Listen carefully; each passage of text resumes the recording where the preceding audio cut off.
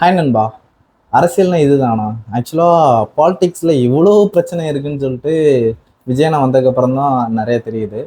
ஏன்னா கூப்பிட்டாலும் பிரச்சனை, கூப்பிடலைனாலும் பிரச்சனை, நல்லது செஞ்சாலும் பிரச்சனை, கெட்டது செஞ்சாலும் பிரச்சனை. அந்த மாதிரி தான் இன்னைக்கு நிறைய டாபிக்ஸ் ஓடிக்கிட்டு இருந்தது. அந்த தான் நிறைய நான் நியூஸ் சேனலில் பார்த்த விவாத மேடைகளும் அதுதான். ஓகே, என்ன ஏதுன்றதை இன்னைக்கு பார்த்துருவோம். ஹாய் நண்பா, நான் உங்கள் மணிபாரதி.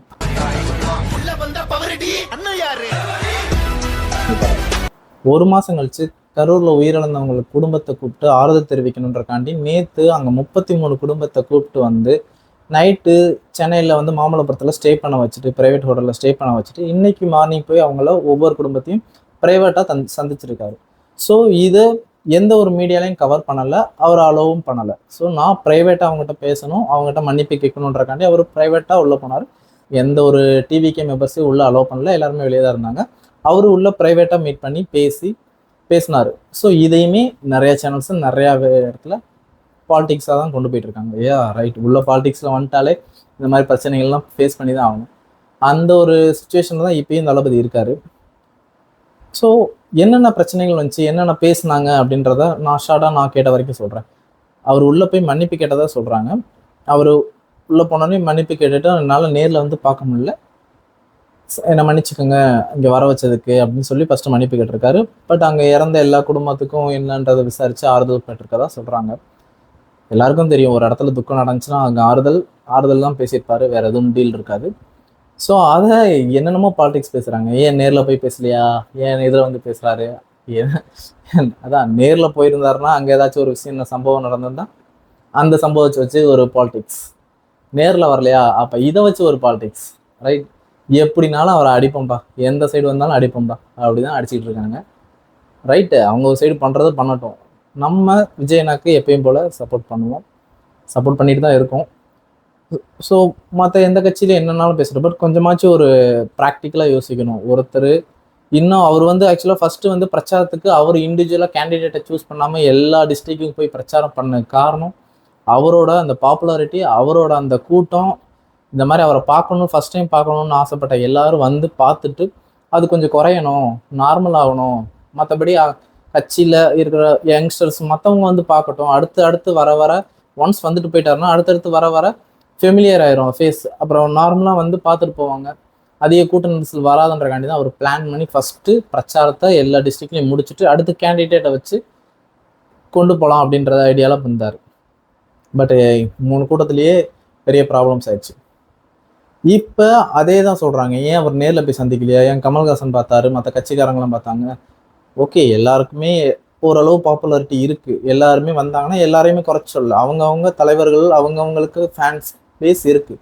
பட் இவரோட ஃபேன் பேஸ் இப்போ அதிகம், அப்போ இருந்து அதிகம் தான், பட் இப்போ ரொம்பவே அதிகம். ஸோ அவரை பார்க்கணும் அப்படின்ற எண்ணத்தில் நிறைய பேர் வருவாங்க. அவர் 33 குடும்பம் இருந்துச்சுன்னா அந்த 33 குடும்பத்துலேயும் அவரால் ப்ரைவேட்டாக தெரியாமல் போய் பார்க்க முடியாது. அவர் பார்க்க போகிறாரு, அவங்களுக்கு ஆறுதல் சொல்ல போகிறாரு.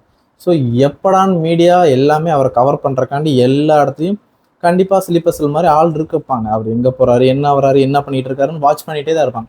ஸோ அவர் வர்றதை கண்டிப்பாக கவர் பண்ணிடுவாங்க.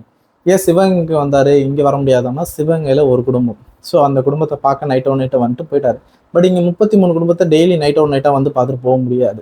ஸோ அவர் வந்தால் கண்டிப்பாக ஒரு தெரியாமல் வரலாம், தெரியாமல் வந்தால் ஒரு குடும்பம் பார்க்கலாம், ஒரு 2-3 குடும்பத்தை பார்க்கலாம். 33 குடும்பத்தையும் அவரை எல்லாராலும் யாருக்குமே தெரியாமல் பார்த்துட்டு போகிற சான்சஸ் கம்மி.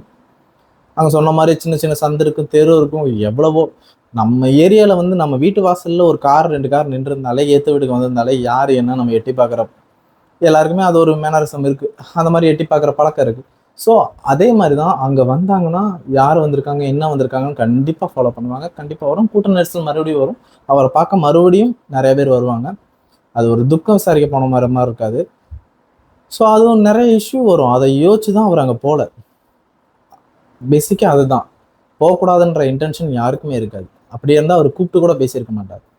அவர் ஆக்சுவலாக சொன்ன மாதிரி தான், பாலிடிக்ஸுக்கு புதுசு தான், கண்டிப்பாக புதுசு தான். இந்த மாதிரி பாலிடிக்ஸுக்கு புதுசு, இந்த மாதிரியெல்லாம் இருக்குமா அப்படின்ற ஒரு பாலிடிக்ஸுக்கு புதுசு. உள்ளே வந்தோடனே அப்படி ஒன்றும் அவர் ஒரு பெரிய அரசியலை மீட் பண்ணல, அவர் ஒரு எலெக்ஷனை மீட் பண்ணல. பட் அவருக்கு அவ்வளோ ஒரு ப்ராப்ளம்ஸ், ஆக்சுவலாக நிறைய ப்ராப்ளம்ஸை ஃபேஸ் பண்ணிட்டு தான் இருக்காரு. மக்களுக்கு நல்லது செய்ய வர்றதுக்கு இவ்வளோ இத்தனை அகேன்ஸ்டாக வரணுன்ற அவசியமே கிடையாது. ஏன் அவர் உள்ள விட மாட்டேறீங்க? ஏன் நடிகர் வரக்கூடாதுன்னு ஒருத்தர் பேசுறாரு? புரியல. அவரும் நடிகர் தான், நடிகராக இருந்தால் வந்தார். நடிகரோ இன்ஜினியரோ டாக்டரோ எல்லாமே ஒரு ப்ரொஃபஷனல் தான். அவங்கவுங்க ப்ரொஃபஷனலில் அவங்கவுங்க டாப்பில் இருப்பாங்க. அவங்க என்ன பண்ணுறாங்க, அவங்க என்ன பண்ண வராங்க வெளியே வந்து அப்படின்றத தான் யோசிக்கணுமே தவிர வரவே கூடாதுன்னு யாராலையும் சொல்ல முடியாது. பட் இங்கே அதான் நடந்துக்கிட்டு இருக்கு. ஒரு மனுஷனை எந்த சைட்லேருந்து அடிக்க முடியுமோ எல்லா சைடும் அடிக்கிறாங்க. ஒரு சைடு மீடியா அடிக்குது, இன்னொரு சைடு பொலிட்டிஷியன் அடிக்கிறாங்க, எல்லாருமே அடிக்கணும். அவரு சைலண்டாக இருக்கார். Good attitude. அவர் ஏன் அமைதியாகவே இருக்காரு? ஏன் பேசணும்? இப்போதான் அரசியலுக்கு வந்திருக்காரு. அரசியலுக்கு அவர் ஒரு ஸ்டெப்பு வச்சா நீங்க 10 ஸ்டெப்புக்கு மேலே ஏறி கேள்வி கேட்குறீங்க. அவரை வர விடுங்க. ஃபர்ஸ்ட் உள்ள வந்து அவர் பேசட்டும். அவர் என்ன பண்ணுவாருன்றத பார்க்க கூட விட மாட்டேங்க. ஓகே நண்பா, வெயிட் பண்ணி பார்க்கலாம். ஆனால் இதுக்கப்புறம் விஜய் என்ன எடுக்கப்புறம் ஒவ்வொரு ஸ்டெப்பும் நல்லா திங்க் பண்ணியிருப்பார். ஏன்னா அனுபவிச்சிருப்பாரு. அரசியல்னா இதுதான்றதை அவர் கற்றுக்கிட்டு இருப்பாரு. ஸோ இதுக்கப்புறம் ஒவ்வொரு ஸ்டெப்பும் அவர் பார்த்து பார்த்து வைக்கட்டும், கவனமாக இருப்பார். நம்மளும் சப்போர்ட் பண்ணுவோம். அகென்ஸ்டாக நிறைய பேர் பேசட்டும், என்னெல்லாம் நடக்கட்டும்.